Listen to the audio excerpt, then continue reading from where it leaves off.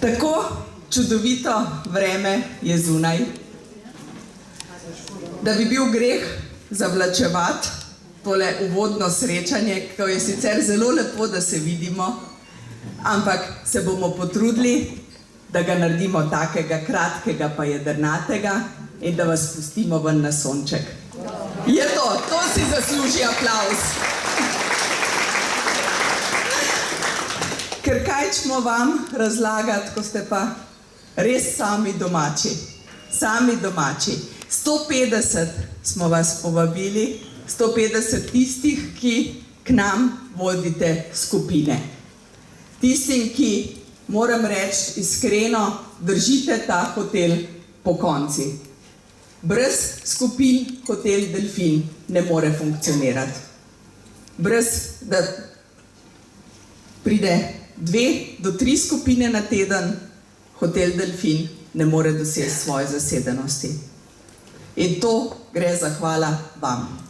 Tako da, naj takoj v znak zahvale primemo kozarce, pa ostanemo, pa vem, da vam ne rabim nič več reči. Pevca! Toliko kapljic, toliko let, Bog nam daj na svet živet. Živijo, živijo na svet. 300 kapljic, 300 let, Bog nam daj na svet živet. Živijo,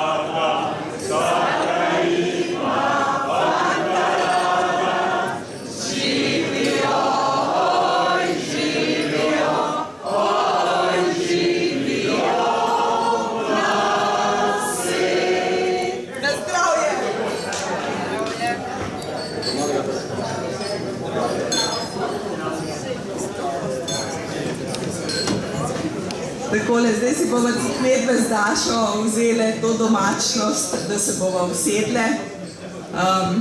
Pa mislim, da bo tudi tako šlo, je tako. Eto.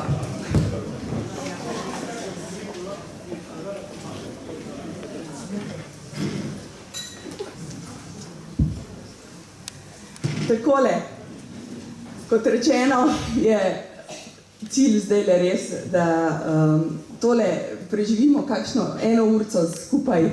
Mislim, da bo čisto dovolj, če hočemo malo sončka ohraniti. Plan pa je takšen, da zdajle vam predstavimo, kakšen program smo pripravili, glede na to, da bo jutri malo bolj poln, zato tudi danes malo bolj sproščeno. Potem pogledamo nekaj statistike, ki je vedno zanimiva za pogledati, takole v koncu leta, ko lahko en presek narediš. V 3. točki pa bi Daša predstavila en tak pogled na ta naš skupni projekt brezplačnih avtobusov. Mislim, da je to ena taka velika zadeva, ki jo vsi skupaj peljemo. Drugače smo se pa odločili, da letos v kakšne druge zadeve ne bi uhajale, ker mislim, da smo več kot dovolj že kako rekli na vse ostalo. Tako. Danes, kot rečeno, poskusimo tole stisniti v 1 urco, potem pa seveda prosto Za vse tiste, ki pa bi želeli z Dašo potem se vseeno še kaj pogovoriti, uskladiti s kakšnim terminom, se bo Daša premaknila v pisarno in lahko stopite do nje in se tam v miru pogovorite. Jutrišnji dan je pa malo bolj pester. Jutri vas prosimo, da pridete na zajtrk malo bolj zgodaj. Zato, da pozajtrkujete do 9. ure, če se temu reče zgodaj, ne? Ker bi se ob 9:30 oziroma ob 9:30 zbrali tukaj v restavraciji, ki jo mi imenujemo Piran.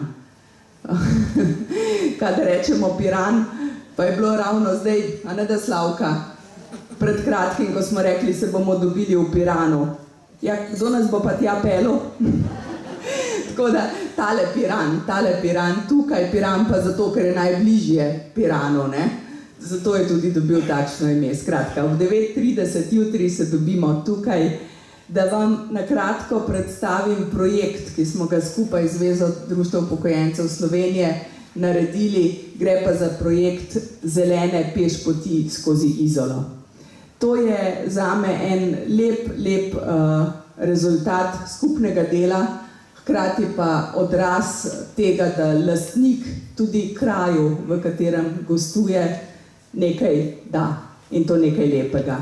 Verjamem pa, da tudi za vas, ki sicer Izolo dobro poznate, bo mogoče spet en nov pogled na Izolo.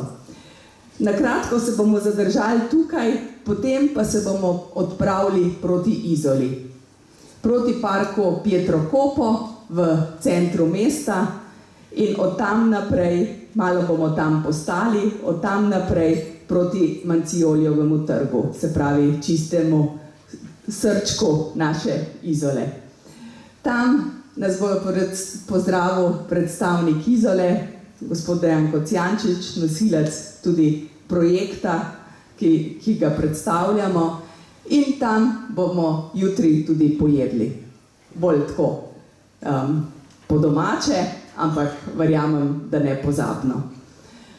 Za vse tiste, ki vam hoja do Izole predstavlja problem, smo dogovorjeni, da bo en avtobus odpeljal od tukaj pa do centra Izole, tako da ni noben problem, če bo potrebno, se bo vrnil še po en del gostov, mislim, da tam nekje. Vreme je lepo napovedano, sončno, ne prevroče, tako da za vse tiste, ki ni problem, da se sprehodimo, pridite dol ob 9:30, športno oblečeni, sproščeno in takoj od tukaj nadaljujemo po Marini peš proti Pietro Kopu. Za vse tiste pa, ki bi vseeno raje izkoristili avtobusni prevoz, pa bo avtobus čakal pred hotelom, se vkrcate, vas v centru Izole da ven, ste zraven parka Pietra Kopo, potem pa se od tam sprehodi do Mancioljevega trga.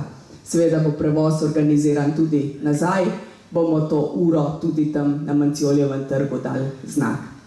Na Mancioljevem trgu se bomo jutri zadržali, jaz računam tam nekje do verjetno 2. ure. Približno, ocenjujem, odvisno kako se bomo premikali. Potem pa je verjetno tudi prav, da se odpravimo nazaj v hotel, da si vzamete še nekaj časa za počitek, ker nekje ob 16. uri se začnemo zbirati spodaj v recepcijski avli, ko ob 16:30 potem začne slovesnost ob 35-letnici. Zakaj so tele stolpi malo modri, pa malo rdeči? Modro pomeni, da pridejo gostje k nam sami. Rdeče pomeni, da gostje k nam pridejo v skupini, organizirani v skupino. Sledi Zgornja Podravska, potem Gorenjska, Celjska, Dolenjska in Bela krajina, Koroška, Severna Primorska, Pomurska, Spodnja Podravska, Posavje, Šaleška in pa Zasavska. To je en tak splošni presek skozi vse goste, ki pridejo k nam. Je pa tako, kot sem rekla, na številke se da pogledati iz različnih zornih kotov. In tole je že naslednji prikaz, kako smo na te številke pogledali. Enkrat smo rekli, pa poglejmo, odkje prihaja k nam največ posameznih gostov, se pravi tistih, ki se ne pridružijo skupini. In ste že prej na tistem grafu videli, da je to osrednje slovenska, pa gorenjska, celjska, zgornje podravska.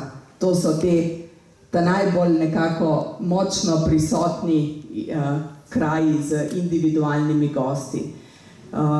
Zelo je to povezano z velikimi mesti. Tam, kjer so velika mesta, bomo videli takšne podatke. Medtem ko pa na drugem koncu vidimo, da po številu nočitev, ki jih ustvarijo gostje, ki pridejo k nam v skupinah, na prvem mestu Zgornje Podravska, potem Dolenjska in Bela krajina, Koroška, Celjska, Spodnje Podravska, Posavska in tako naprej nadol. Zdaj sem brala od največjega proti najmanjšemu. Pa bom spet rekla, da se da na številke različno pogledati. Pa poglejmo še takole. Pokrajine so različno velike in je zato seveda te številke težko primerjati. Direktno gre bolj za eno informacijo, katere goste imamo v hotelu.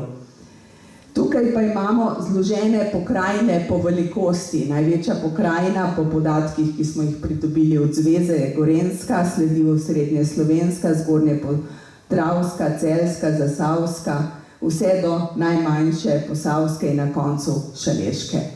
Smo te termine kar zgodaj jih pripravili, tudi zaradi tega, ker ste tukaj tisti, ki letujete pri nas in tudi pridete s temi avtobusi oziroma vaši člani, zato smo pa pripravili te termine za prodajno konferenco.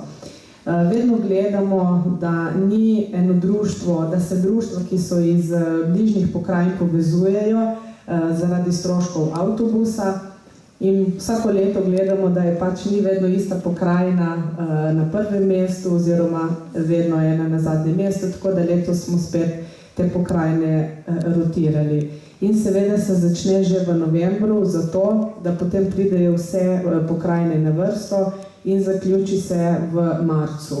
Ker vas je 12, seveda Južna Primorska je tu izvzeta in je to 7 dni, se potem ti termini navezujejo.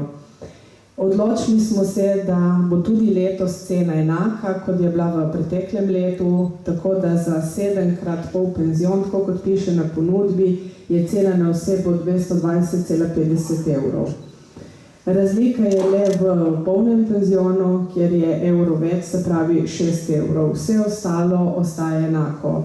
Doplačila za eno posteljo in otroški popusti.